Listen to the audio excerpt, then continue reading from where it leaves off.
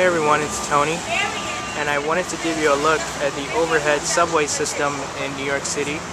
Right now we're in Richmond Hill, Queens, and you can find these type of rail systems in many of the boroughs, and they pretty much just run overhead on a specific avenue or street.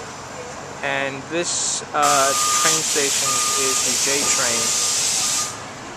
And you can see the staircase which takes you up to the platform to go get the train. So that's what it looks like.